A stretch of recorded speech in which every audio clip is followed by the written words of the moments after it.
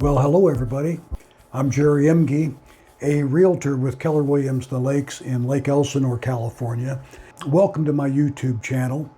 I produce these videos at least weekly. Try to get them out by Thursday morning. Every week is a new topic. If you watch one of my videos and you like them, hit the old thumbs up when you get a chance. Subscribe when you can. And if you hit the little subscribe button, you might see the little bell, and you can hit that and you'll be notified when new videos go live. As I said, every week is a new topic. And this particular video topic has to do with securing your loan before you really start shopping for a home. And I'll tell you what, we've learned during what's now called the COVID crisis, and it's turned into an amazing seller's market over the last, 18 months or so. What's interesting is that in many cases, the listing agents won't even let you see a house unless you already have loan approval. So securing financing first is important. It's critical to even get to see a house sometimes. And I'll tell you what, it was important before it became a seller's market. You know, even in a balanced market where you have equal numbers of buyers and sellers, what we call a balanced market, about 75% of buyers get their loan approval first. Well, number one, it gives them some satisfaction and peace of mind that, yeah, they can afford to get the house in question.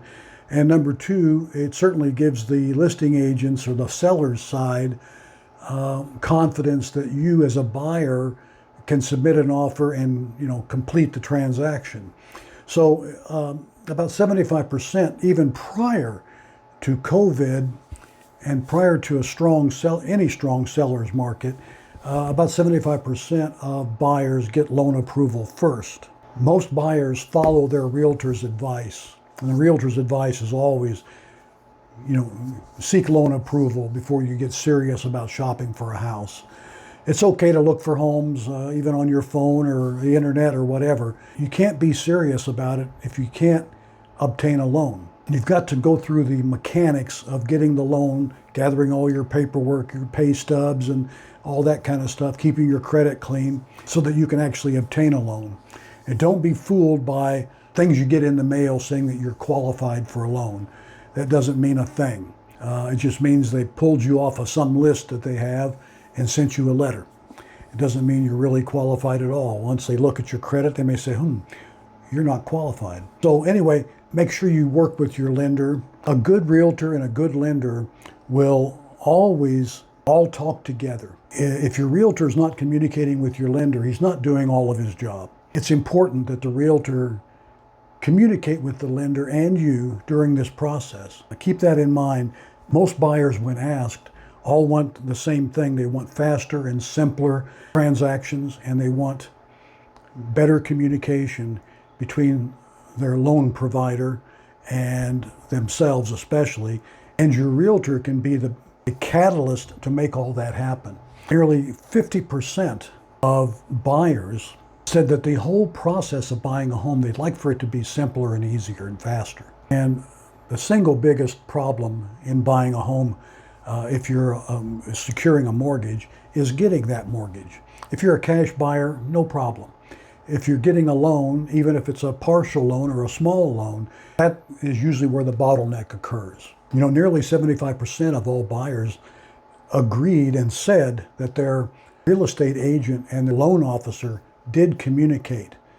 And that's a good thing, because that's what realtors are supposed to do. Supposed to help you in that whole communication process with the lender and certainly with the seller's agent and so forth.